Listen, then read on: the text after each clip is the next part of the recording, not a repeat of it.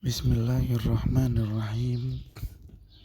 Assalamualaikum warahmatullahi wabarakatuh.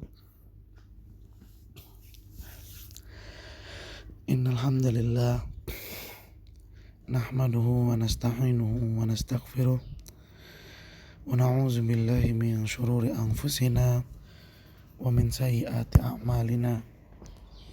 May yahdihillahu fala mudhillalah wa may yudlil fala hadiyalah.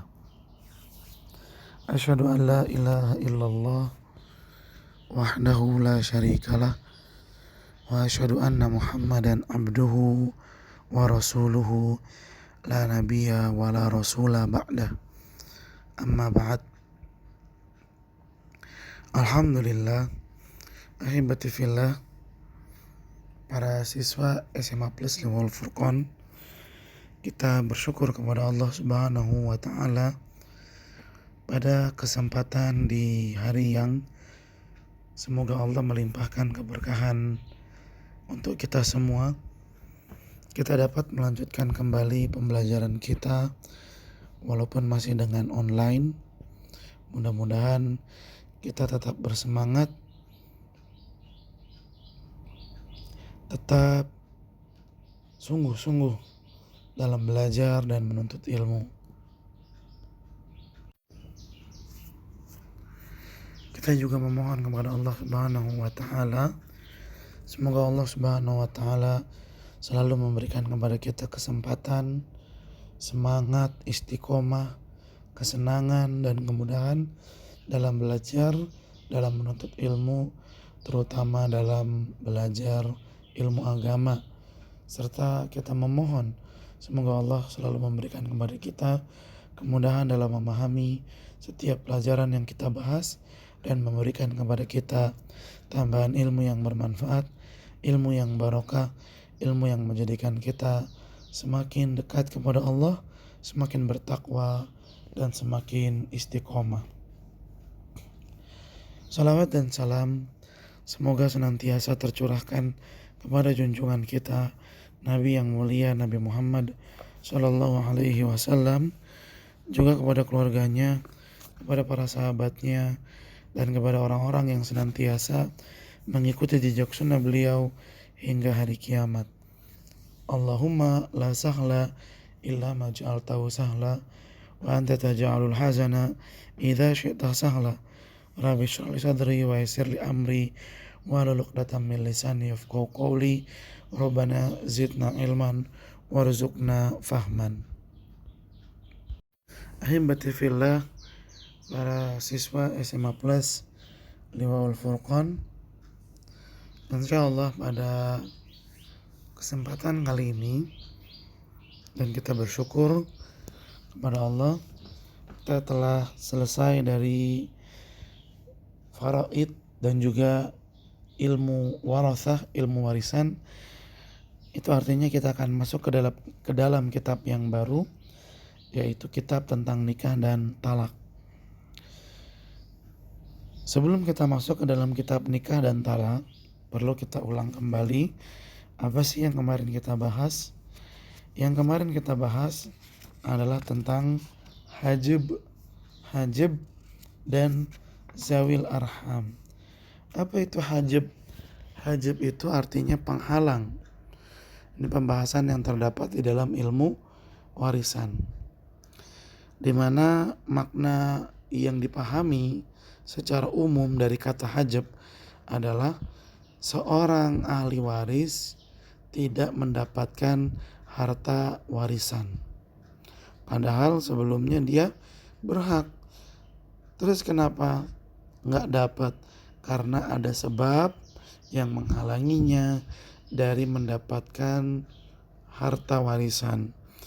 Nah, hajib ini ada dua, yaitu hajib ausof, artinya terhalangnya ahli waris dari mendapatkan harta warisan karena ada sifat yang menghalanginya. Apa sifat tersebut? Yang pertama adalah berstatus budak, yang kedua membunuh, ya.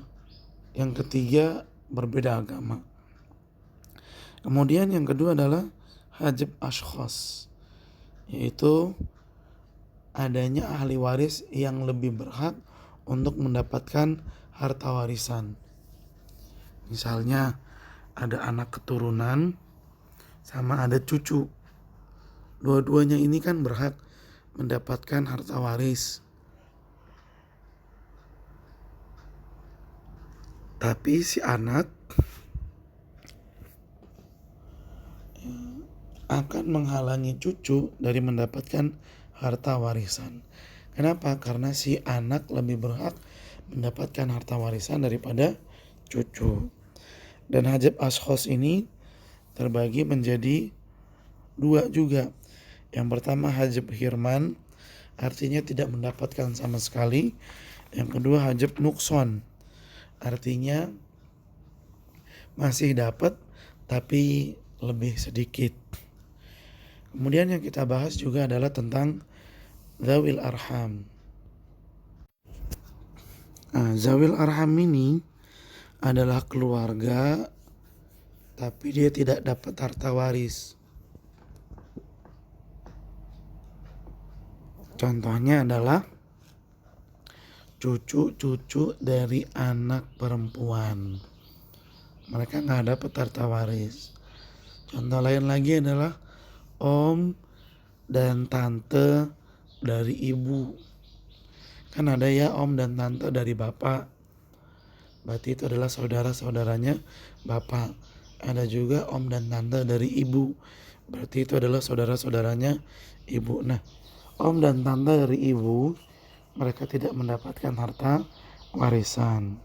Nah, mereka ini hukum asalnya tidak mendapatkan harta warisan. Mereka disebut sebagai zawil arham, ya, disebut sebagai zawil arham. Akan tetapi jika seseorang tidak memiliki ahli waris, yang mana mereka ini adalah orang-orang yang berhak mendapatkan harta waris, mereka nggak ada. Yang ada hanyalah zawil arham. Maka yang mewarisi adalah zawil arham. Terus bagaimana hitungannya? Ya, hitungan zawil arham itu mengikuti siapa perantara yang menghubungi antara zawil arham dengan si mayit. Contoh, cucu dari anak perempuan. Cucu dari anak perempuan kan zawil arham. Nah, cucu dari anak perempuan ini mereka dapat harta warisan dan bagian mereka seperti bagian anak perempuan yang menghubungi si cucu dengan si mayit.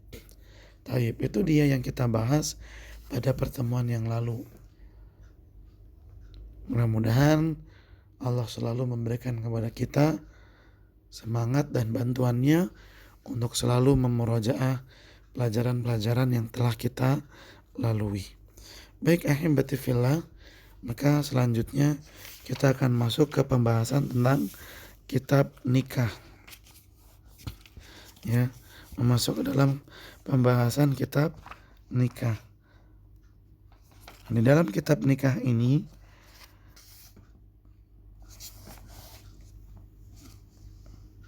ada 11 bab yang akan dibahas. Yang pertama nikah, bab kedua mahar, bab ketiga khulu, 4 talak, 5 ila, 6 zihar, 7 li'an, 8 iddah, 9 pendalilan atau penyusuan, penyusuan bukan pendalilan, Ustaz salah baca, penyusuan, 10 hadonah, mengasuh anak, 11 nafkah. Itu adalah bab-bab yang akan kita lalui. Mudah-mudahan Allah memberikan kita kelancaran. Yuk kita mulai dengan pembahasan bagian yang pertama, yaitu tentang nikah. Pembahasan yang pertama adalah tentang definisi menikah. Apa sih itu menikah? Taib. Mari kita kembali ke kitab Fikih Muyasar. Al-Mas'alatul Ula, bagian pertama, ta'rifun nikah, pengertian nikah, wa adillatu masyru'iyatiha, dalil-dalil yang menunjukkan bahwa nikah itu adalah syariat. Hamzah, ta'rifun nikahi, pengertian nikah. Mari kita simak sama-sama. Mudah-mudahan kita bisa mendapatkan tambahan ilmu yang barokah. An-nikahu lugatan, nikah secara bahasa, ad-dhammu, menggabungkan, wal jam'u, menyatukan, wat tadakhul, dan saling melengkapi.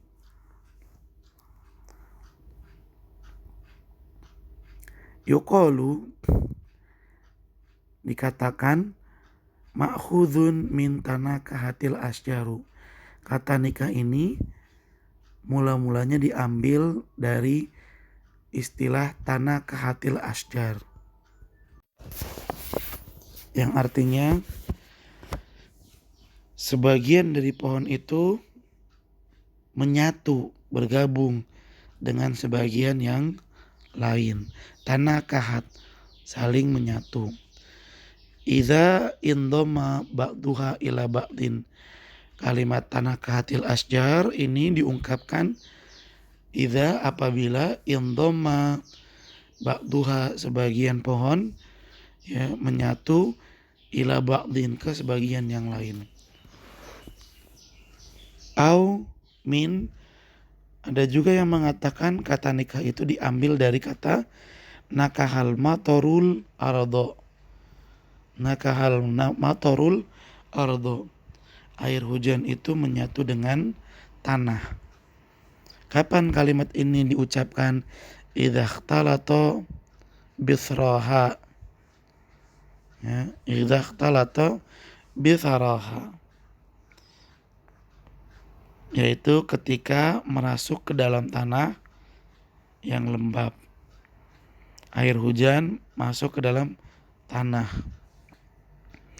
Apabila air hujan masuk ke dalam tanah, maka orang-orang Arab mengatakan nakahal matorul ardo. Nah, dari kalimat inilah tanakahatil asjar, nakahal matorul ardo, maka didapat istilah nikah secara bahasa. Syar'an, adapun secara syar'i, akdun adalah akad yatadamman, yang mengandung, akad yang mengandung ibahah, bolehnya istimta, saling menikmati, berbuat hal yang menyenangkan,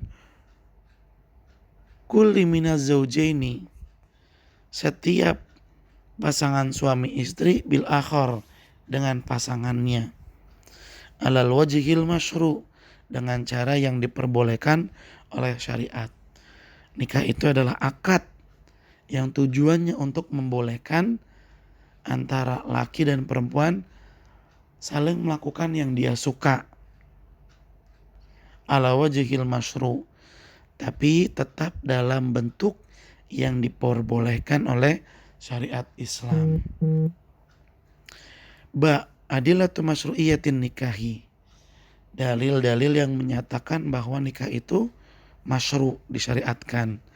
Al-aslu fi masyru'iyatin nikah, hukum asal atau dalil dasar yang mensyariatkan nikah adalah Alkitab, Al-Quran, wasunnatu, hadis, wal ijma', dan kesepakatan para ulama.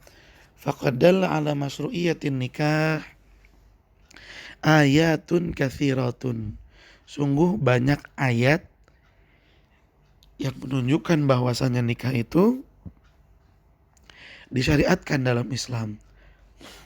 Minha diantaranya adalah qauluhu ta'ala, firman Allah subhanahu wa ta'ala, fankihu ma taba lakum minan nisa'i, maka nikahilah wanita-wanita lain yang kalian senangi, mathna, 2, wa thulatha, 3 orang, wa ruba, atau 4 orang perempuan. Fa in khiftum alla ta'dilu, akan tetapi jika kalian takut tidak bisa berlaku adil jika menikah lebih dari satu, fawahidatan, maka hendaklah menikah dengan satu perempuan saja, aw ma malakat aymanukum, atau menikah dengan seorang budak yang kalian miliki. Budak bisa dinikahi ya, iya. Budak bisa dinikahi, cuman ya ketentuannya akan menjadi berbeda dengan ketentuan yang berlaku pada menikah dengan seorang perempuan yang merdeka. Tentu Islam mengajarkan kepada kita untuk mendahulukan menikah dengan perempuan yang berstatus merdeka. Tayyib.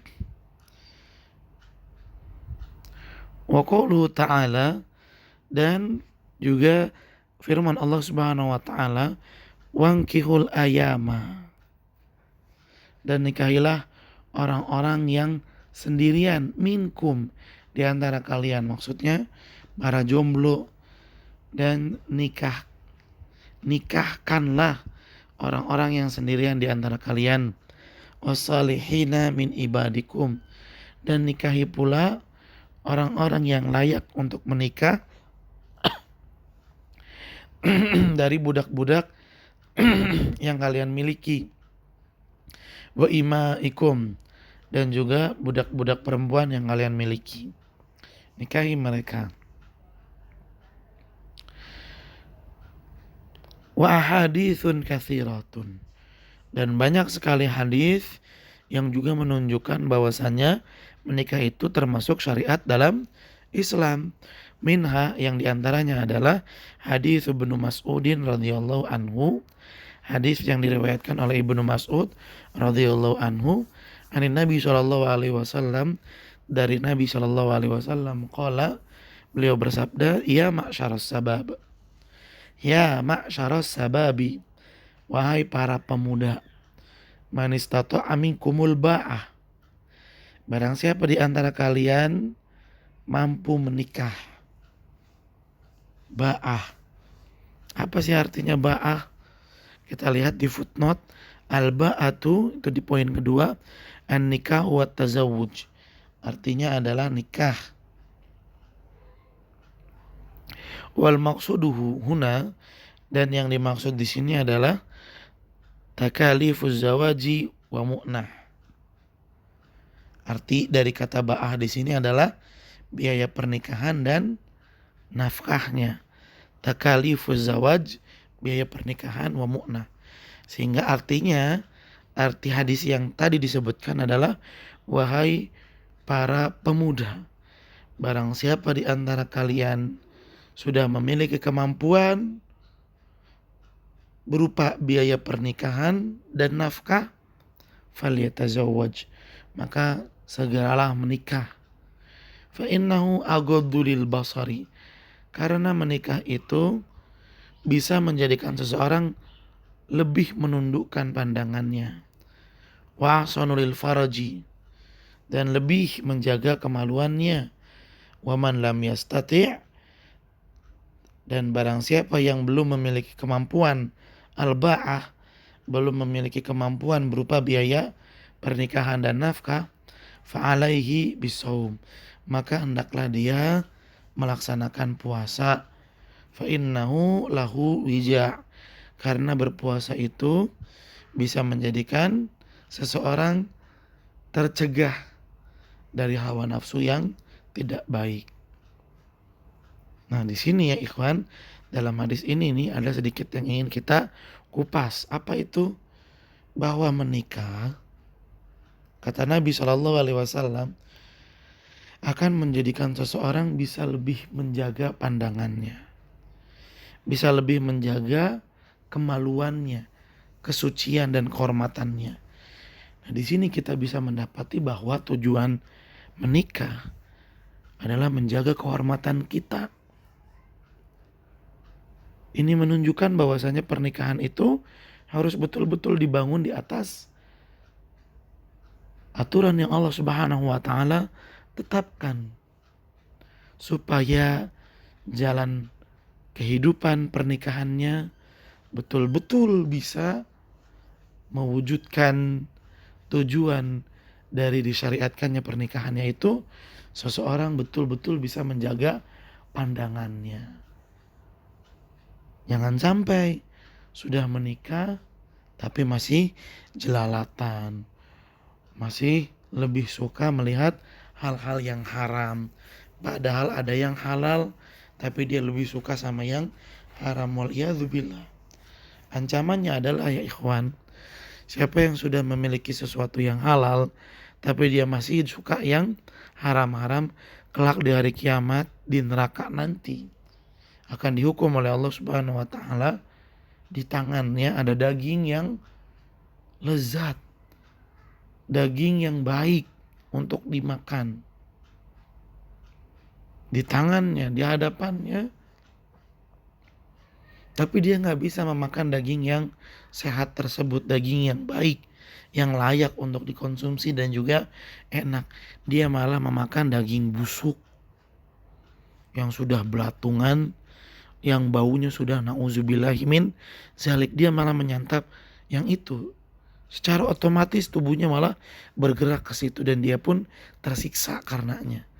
Kok bisa begitu? Iya, karena waktu di dunia dia sudah punya yang halal tapi dia masih senang yang haram. Na'udzubillahimin zalik. Ini harus kita perhatikan. Jadi ketika kita menikah, betul-betul tujuannya untuk tujuan yang sesuai dengan apa yang Allah Subhanahu wa taala tetapkan, yaitu menjaga kehormatan dan kesucian kita. Wa hadis Maqil bin Yasar, dan juga hadis yang diriwayatkan oleh seorang sahabat bernama Maqil bin Yasar radhiyallahu anhu, anna Rasulullah sallallahu alaihi wasallam qala, bahwasanya Rasulullah sallallahu alaihi wasallam bersabda, tazawwajul wadudal waluda, menikahlah kalian dengan wanita yang wadud, penuh rasa cinta, penyayang, al-waluda, dan juga perempuan yang subur, maksudnya berpotensi akan bisa memiliki banyak anak. Ini kata Nabi, menikahlah kalian dengan perempuan yang penyayang, perempuan yang penuh cinta, al-walud, dan juga memiliki potensi akan bisa melahirkan banyak anak. Fa inni mukatsirun bikumul umama, karena ketahuilah sesungguhnya aku, kata Nabi, akan sangat bangga dengan banyaknya jumlah kalian wahai umat Islam di depan umat-umat yang lainnya kelak di hari kiamat nanti. Nabi akan semakin senang sama kita kalau kita banyak anggotanya. Taib, mungkin ada sebagian yang bertanya, gimana cara mendapatkan wanita yang penuh cinta, penuh kasih sayang? Yang pertama adalah istri itu akan menjadi cerminan kita. Kalau kita pengen memiliki istri yang penyayang, penuh cinta, jadikanlah kita dulu nih pribadi yang penyayang dan penuh cinta, terlebih sama orang tua kita, terlebih sama keluarga kita, sama saudara kita, sama teman-teman kita. Jadilah kita orang yang penyayang, peduli, gak galak, ya, nggak dikit-dikit marah. Jadilah kita pribadi yang pemaaf. Maka kelak di hari kiamat, maka kelak nanti ketika kita menikah, kita akan mendapatkan istri yang penyayang, pemaaf, dan penuh cinta. Kemudian yang kedua, tidak ada perempuan yang lebih penuh cintanya, yang lebih sayang daripada perempuan-perempuan yang mengerti agama Islam, yang paham tentang Islam, yang dalam ilmunya tentang Islam. Karenanya Nabi Shallallahu Alaihi Wasallam bersabda, perempuan itu dinikahi karena 4 hal. Karena agamanya, karena kecantikannya, karena keturunannya, karena kekayaannya. Kata Nabi, pilihlah menikahi perempuan karena agamanya. Maka kamu akan menjadi orang yang beruntung. Akan menjadi orang yang beruntung. Taib, ini wasiat dari Nabi nih. Kalau kamu pengen bahagia rumah tangganya, maka ikutilah petunjuk Nabi. Insya Allah kita akan bahagia. Taib. Selanjutnya, waqad ajma'al muslimun, dan umat Islam telah bersepakat ala masyru'iyatin nikah, bahwa menikah itu adalah syariat dalam Islam. Syariat yang berlaku dalam ajaran Islam. Taib. Selanjutnya, al-mas'alatu tsaniyatu, pembahasan yang kedua, al-hikmah fi masyru'iyatin nikah, hikmah tujuan disyariatkannya pernikahan. Tadi di awal sudah Ustadz berikan ya gambar tentang tujuan atau hikmah menikah. Laqad syara'a Allahu subhanahu wa ta'ala, sungguh Allah subhanahu wa ta'ala mensyariatkan nikah li hikamin samiyatin, untuk hikmah-hikmah yang agung, yumkinu ijmaluha, dan kita bisa menjabarkannya fil ati, sebagai berikut ini. Al-ula, yang pertama, i'faful furuji, menjaga kehormatan diri. Gimana caranya? Yaitu dengan menjaga kemaluan kita. Idh khalaqallahu ta'ala hadzal insana, ketika Allah subhanahu wa ta'ala menciptakan manusia, wa gharaza fi kiyanihi al-ghorizata al-jinsiyata, Allah pun ketika menciptakan manusia, goroza, memasukkan, fikiyanihi, pada tabiat manusia, pada sikap manusia, sikap bawaan, apa yang Allah tanam? Al-ghorizatal jinsiyah, insting seksual. Fasyara Allahu zawaja, karena Allah subhanahu wa ta'ala telah menanamkan insting seks ini dalam tabiat manusia, fasyara Allahu zawaja, maka Allah pun mensyariatkan pernikahan, li isba' hadhihi ragbata, untuk memenuhi, ya, sebagai saran untuk memenuhi insting ini. Wali adamil abath fiha, dan agar tidak menyimpang ke dalam hal yang tidak Allah subhanahu wa ta'ala ridhoi. Ya, wajar manusia itu memiliki nafsu, wajar. Malah gak wajar kalau gak punya nafsu, karena memang Allah subhanahu wa ta'ala menciptakan manusia, dan Allah menanamkan dalam diri manusia nafsu. Nah, karena adanya nafsu ini, Allah pun menetapkan bolehnya menikah supaya penyaluran nafsu ini bisa disalurkan kepada sesuatu yang Allah Subhanahu wa taala ridhoi, yang akan mendatangkan banyak keberkahan dan kebaikan. Tayyib. Atsani, yang kedua, husulus sakani wal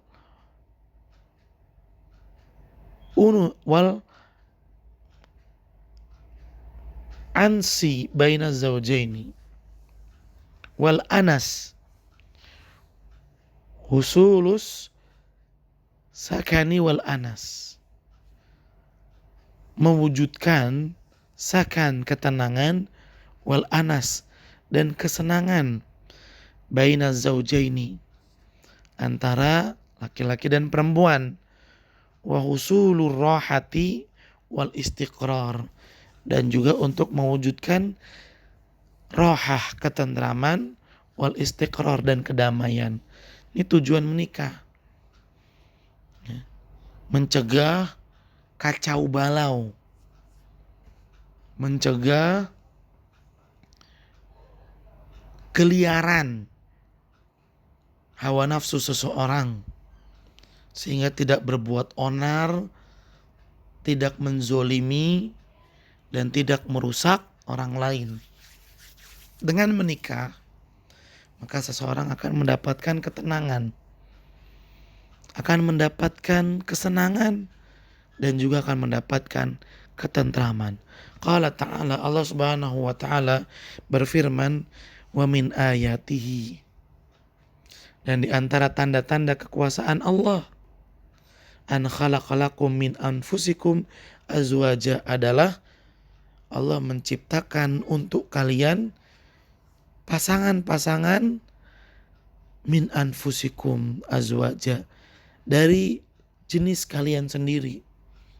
Ya, Allah menciptakan pasangan kita yang bentuknya dan jenisnya sama dengan kita, itu sama-sama manusia.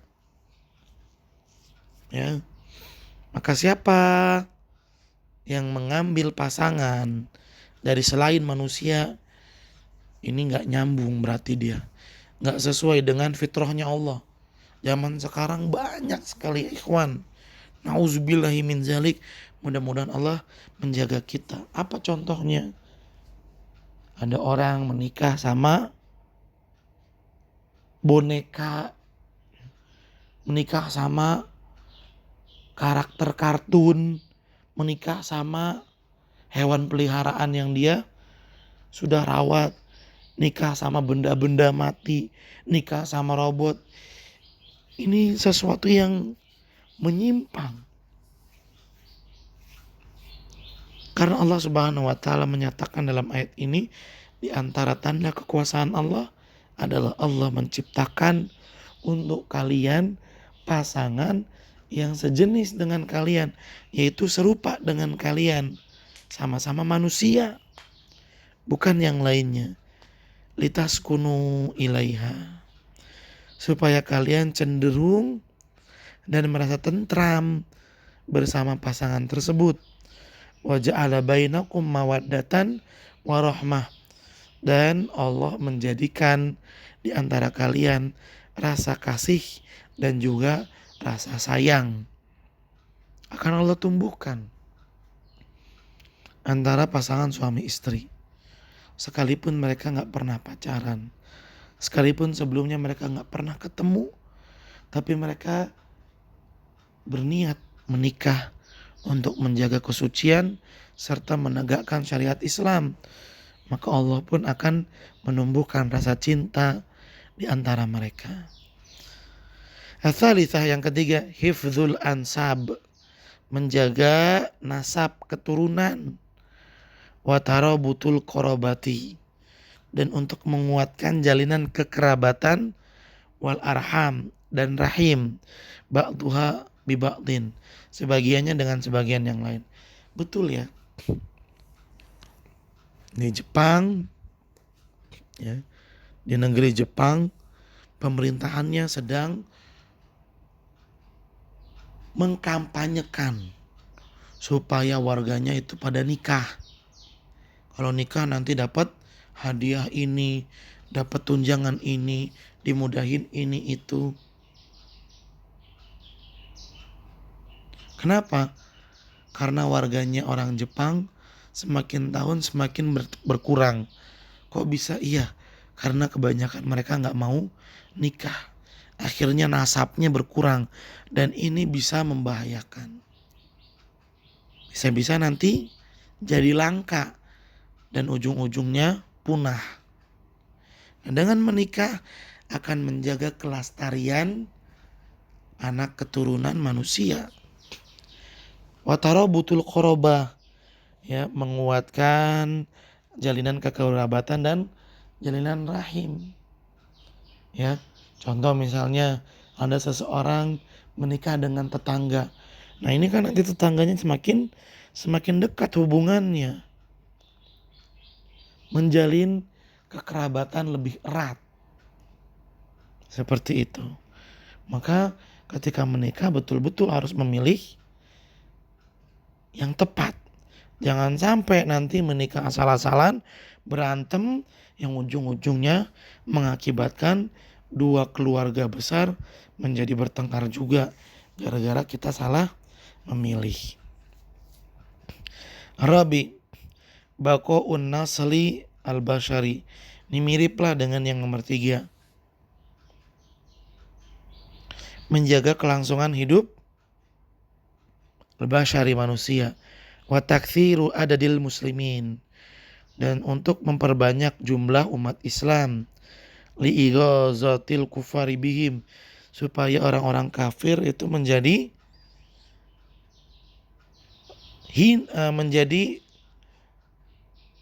kesel, menjadi gusar, menjadi gak nyaman karena umat Islam jumlahnya banyak. Walinashri dinillah, dan karena anggota umat Islam semakin banyak akan semakin tersebarlah linashri dinillah, agama Allah.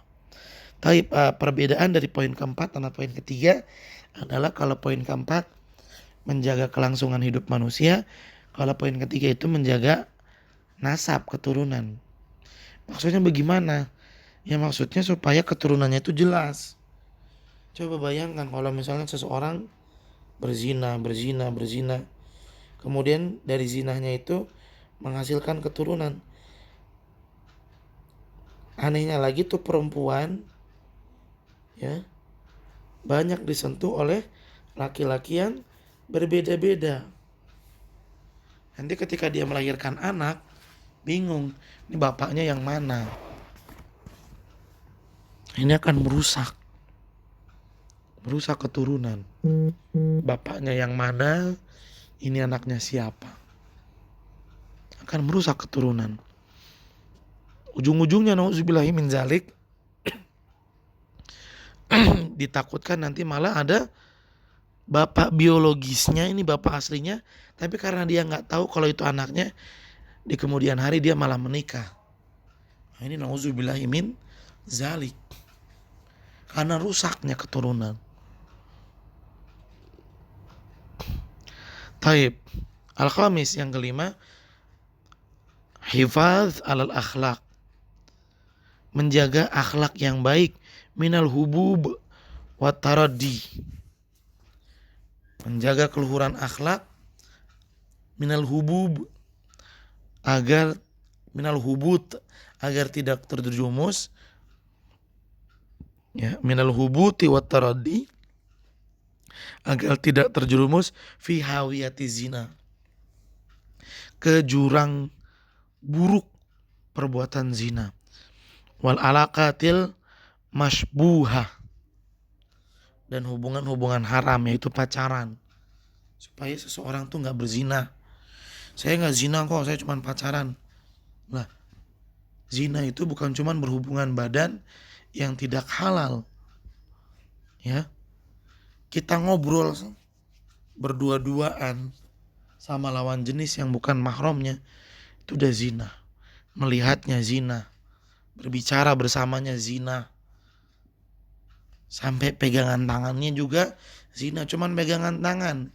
Ingat kata Nabi, lebih baik pala saya ditusuk-tusuk pakai jarum, ya, pakai paku ditusuk-tusuk, ya tentu pasti berdarah, bocor.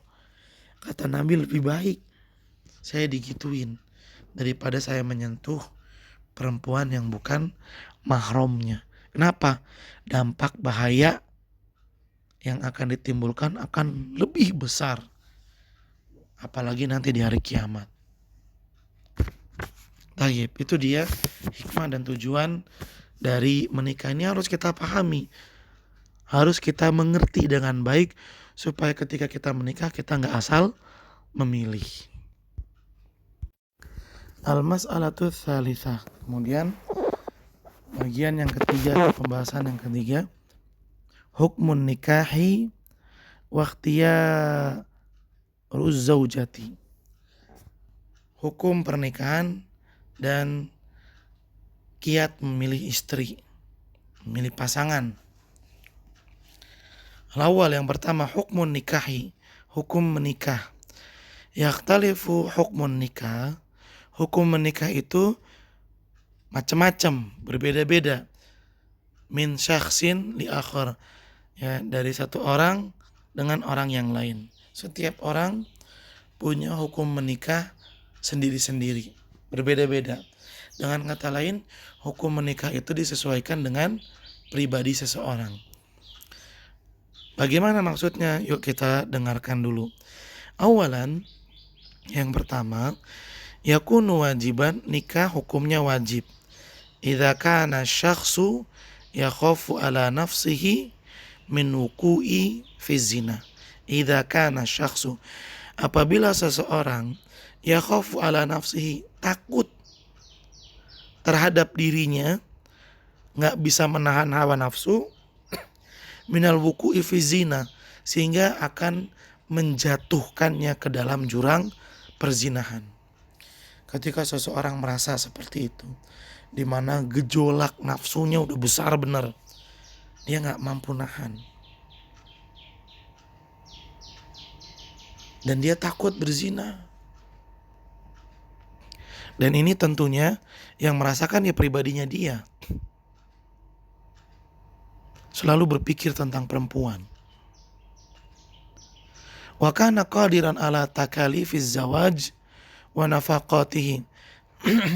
Dan kondisinya dia kondisi yang mendukung untuk menikah, di mana dia udah punya kemampuan untuk biaya pernikahan dan juga sudah memiliki kemampuan untuk memberikan nafkah.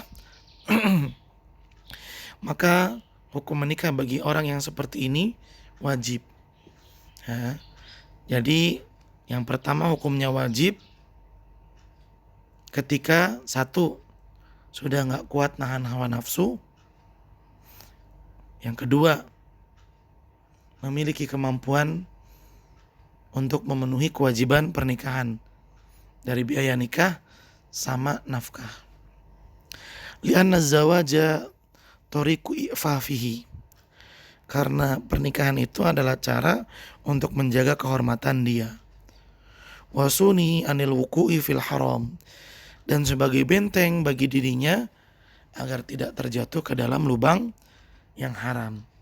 Fa in lam yastati. Terus gimana kalau misalnya ada orang yang gejolak nafsunya udah besar, tapi dia nggak punya kemampuan untuk biaya nikah, apalagi nafkah. Fa in lam yastati, kalau dia belum bisa, fa alaihi bisawm, maka hendaklah dia banyak berpuasa.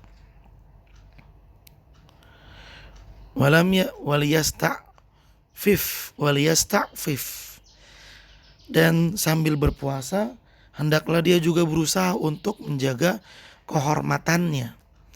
Hatta yughniyahullahu min fadlihi, hingga dan sampai Allah memberikan kepadanya kemampuan untuk biaya pernikahan dan nafkah.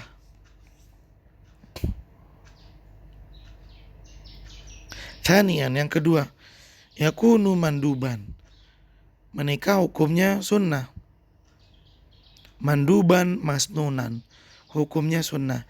Idza kana syakhsu dza syahwatin Wa yamlik mu'natan nikahi, apabila seseorang apabila seseorang dza syahwatin, dia punya nafsu. Wa yamlik mu'natan nikah,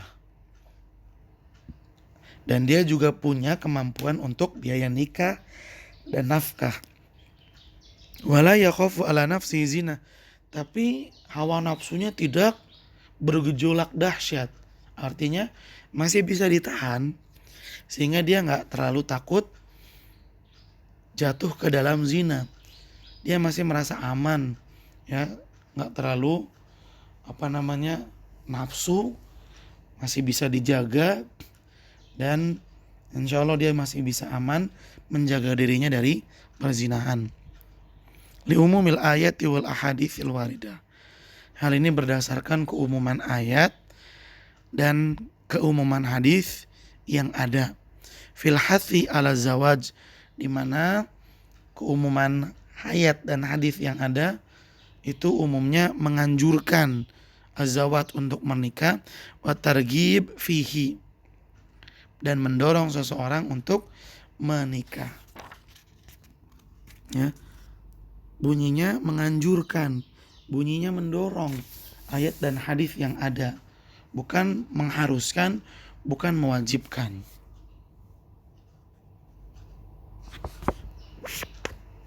Taib. Jadi yang kedua ini dia punya hawa nafsu, tapi hawa nafsunya masih bisa ditahan, masih jinak kalau bahasa mudanya. Dan dia juga punya kecukupan. Maka hukum menikah baginya sunnah. Jadi paham ya bedanya yang pertama sama beda yang kedua. Kalau yang pertama itu hawa nafsunya udah bergejolak dahsyat. Nggak bisa ditahan. Tsalitsan, yang ketiga, yakunu makruhan. Hukum menikah makruh. Kok jadi makruh menikah? Iya, bisa jadi makruh. Kapan? Idza kana syakhsu, apabila seseorang ghairu muhtajin ilaihi, dia nggak butuh sama nikah. Bi an kana inninan, kenapa dia nggak butuh nikah? Contohnya, kana inninan, dia memiliki penyakit yaitu impoten. Ya, apa itu impoten? Nggak punya syahwat, nggak bisa berdiri. Maaf, ini bukan ngomong kotor ya, tapi ini pembahasan fikih yang harus kita ketahui. Kan kasihan kalau dianya impoten, sedangkan perempuannya subur, nanti akan menjadi sia-sia.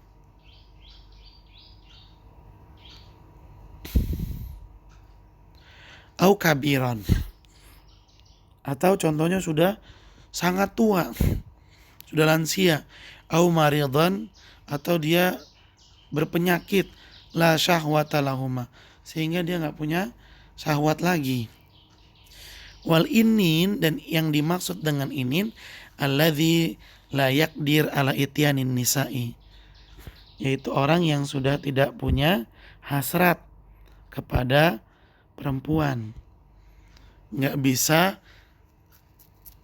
berhubungan dengan perempuan. Aula yashtahihinna, atau nggak punya hasrat. Itu yang dimaksud dengan impoten, nggak punya hasrat atau dia sudah nggak memiliki kemampuan untuk berhubungan badan. Nauzubillahi min zalik. Sudah nggak jantan, seperti itu. Maka hukum menikah bagi orang yang seperti ini adalah makruh. Kasihan dong dia nggak nikah. Bukan kasihan, malah dia memang nggak mau menikah. Yang ketiga makruh. Yang keempat, ini tambahan ya, haram. Gawat ini, nikah kok jadi haram. Kapan itu? Kalau tujuannya untuk menyiksa. Dia ada dendam sama seorang perempuan lama, tapi perempuannya nggak ngeh. maka dia pun mendekati perempuan tersebut supaya bisa menikahinya. Ketika udah nikah, disiksa tuh perempuan. Kasihan, disolimi, dihancurkan hak-haknya. Maka hukum menikah yang seperti ini adalah haram. Tayyib. Kemudian yang selanjutnya, al-mas'alatu tsaniyatu, bagian yang kedua. Kemudian yang selanjutnya, yang kedua nih, ikhtiyaruz zaujati wa muqawwimat dzalika. Memilih istri dan muqawwimat, parameternya. Nih pahami baik-baik nih ya ikhwan, agar kita tidak salah. Wa yusannu nikahul mar'ati dzatid dini wal ifafi. Disunahkan untuk menikahi pasangan yang dzatid din, berpegang teguh pada agama. Jadi bukan cuman alim, tapi dia juga mengamalkannya. Wal ifaf, dan yang menjaga kesucian dirinya. Tahunya dari mana? Tahunya gak gampang pacaran. Diajak pacaran gak gampang mau. Ketika diajak pacaran dia gak mau. Oh, berarti ini orang adalah orang yang menjaga kehormatannya. Wal asli tibi, dan memiliki keturunan yang baik, dari keluarga yang baik. Wal hasab wal jamal, dan memiliki kehormatan ya di masyarakat, orangnya itu terhormat. Kenapa terhormat? Karena dia menjaga adab, menjaga tutur kata, nggak cablak, nggak ember, ya nggak dorna. Tapi dia adalah orang yang menjaga akhlaknya sehingga dihormati. Wal jamal, dan juga memiliki rupa yang cantik. Nih, nikahi yang seperti ini. Wah, itu mah sempurna, Ustaz. Saya aja gak sempurna. Lah kalau misalnya begitu, antum nyadar gak sempurna, jadikan diri antum sempurna, supaya antum pun akan mendapatkan kesempurnaan. Al jaza'u min jinsil amal. Dampak, akibat, balasan itu sesuai dengan yang diupayakan. Li hadits Abi Hurairah radhiyallahu anhu. Hal ini berdasarkan oleh hadis yang diriwayatkan oleh Abi Hurairah radhiyallahu anhu, anna Nabi sallallahu alaihi wasallam qala, bahwasanya Nabi sallallahu alaihi wasallam bersabda, tunkahul mar'atu li arba'in. Perempuan itu dinikahi karena 4 hal. 5 liha, karena hartanya. Ya, dia kaya. Wali hasabiha, dan karena dia memiliki keturunan yang karena dia memiliki kedudukan. Wali jamaliha, karena kecantikannya. Wali diniha, karena dia orang yang berpegang teguh dengan agama. Apa kata Nabi? Fazfar, pilihlah ya, bizatid din, perempuan yang berpegang teguh dengan agama. Taribat yadaka, maka kamu pasti akan beruntung. Kamu pasti akan beruntung.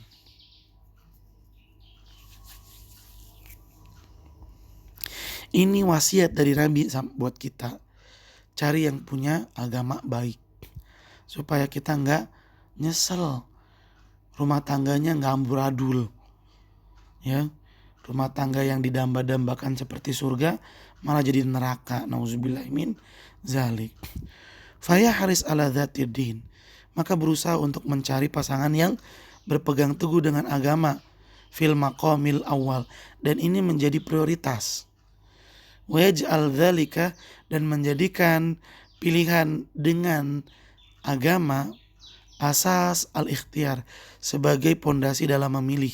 La ghairih, jangan yang lain, ya. Patokannya jangan yang lain.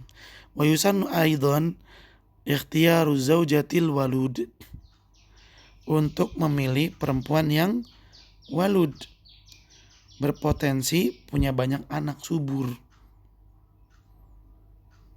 Dilihat dari konsumsinya, dia makan makanan yang baik, nggak ngerokok, nggak minum alkohol, ya, nggak keluyuran malam. Nah, ini yang harus kita lihat. Li hadits Anas radhiyallahu anhu. Hal ini berdasarkan hadis yang diriwayatkan oleh sahabat bernama Anas radhiyallahu anhu dari Nabi sallallahu alaihi wasallam, dari Nabi sallallahu alaihi wasallam annahu qala, bahwasanya beliau bersabda, tazawwajul waduda, menikahlah kalian dengan perempuan yang penuh cinta, penuh kasih sayang, al waluda, yang berpotensi akan memiliki banyak anak. Fa ini, karena sesungguhnya aku, kata Nabi, mukatsirun bikumul umam yaumal qiyamati, akan bangga dengan banyaknya kalian di hadapan umat yang lainnya pada hari kiamat nanti. Wa yusannu ikhtiyar rul bikri, disunahkan untuk memilih perempuan yang belum nikah atau istilahnya perawan. Pilih perawan. Di hadis Jabir radhiyallahu anhu. Hal ini berdasarkan hadis yang diriwayatkan oleh sahabat bernama Jabir radhiyallahu anhu, anna Nabi sallallahu alaihi wasallam, bahwasanya Nabi sallallahu alaihi wasallam qala lahu, bersabda kepada Jabir, fahalla bikran. Yang ini ketika Jabir meminta pendapat kepada Nabi sallallahu alaihi wasallam kalau dia pengen menikahi seorang janda. Kata Nabi, fahalla bikran, kenapa kamu enggak memilih anak gadis? Tula ibuha wa tula ibuka, supaya kamu dan dia, ya, saling bercandaan, saling, ya, bersenda gurau, saling bercumbu, akan lebih nikmat, akan lebih indah rasanya, ya, dengan perempuan yang masih gadis. Itu kata Nabi. Illa idza kanat hunaka maslahatan, kecuali ada maslahat, ada kebaikan yang lebih besar, turajjihu nikahat thayyib, yang terdapat pada menikahi seorang janda. Ada gadis, ada janda nih di hadapan dia. Tapi dia melihat yang gadis ini, ya, liar, nggak menjaga kehormatannya, agamanya rusak. Sedangkan yang janda ini kelihatan berpegang teguh dengan agama. Maka pada saat itu, ya, dia pilih yang janda. Fayuqaddimuha alal bikri, maka dia lebih mengutamakan dan memilih yang janda daripada yang gadis.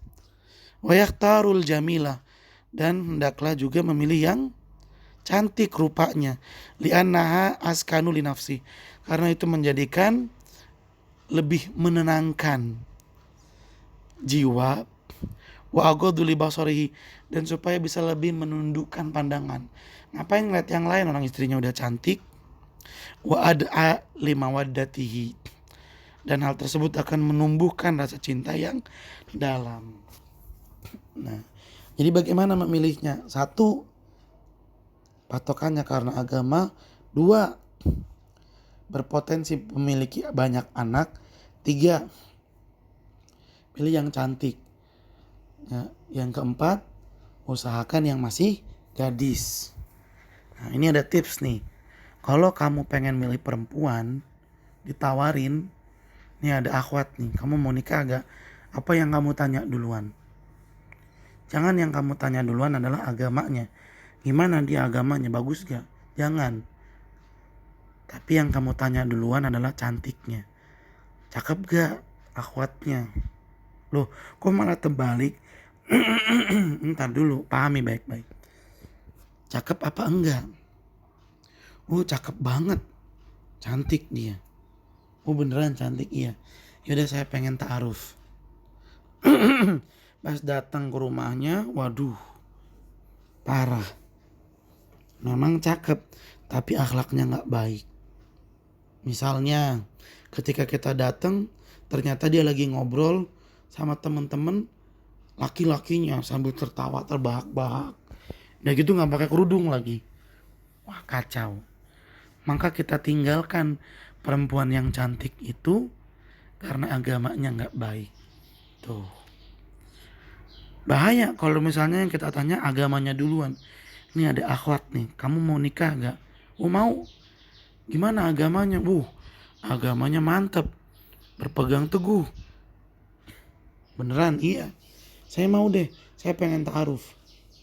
Pada saat dia datang, iya emang beragama banget. Pas kita datang dia balik. Orang tuanya nanya, dari mana nak? Tadi habis kajian. Masya Allah. Tapi pas kita nazor, ya rupanya dia, wajahnya tidak menenangkan hati kita. Ya bahasa kasarnya jelek. Maka ketika kita, saya nggak jadi deh, orangnya jelek. Kan agamanya bagus. Maka dia telah meninggalkan agama gara-gara rupanya tidak cantik. Nah, ini salah nih. Ya, jadi hati-hati. Yang ditanyain duluan apanya? Cantiknya dulu. Baik, mudah-mudahan apa yang kita bahas bermanfaat dan mendatangkan barokah. Mohon maaf apabila ada kekurangan dan kesalahan. Catat yang penting, tanyakan yang kurang dipahami. Mudah-mudahan Allah meridhoi kita semua. Terima kasih banyak atas perhatiannya. Mohon maaf sekali lagi apabila ada kekurangan. Yuk kita tutup dengan membaca doa kafaratul majlis. Subhanakallahumma wa bihamdika asyhadu an la ilaha illa anta astaghfiruka wa atubu ilaik. Billahi taufiq wal hidayah. Assalamualaikum warahmatullahi wabarakatuh.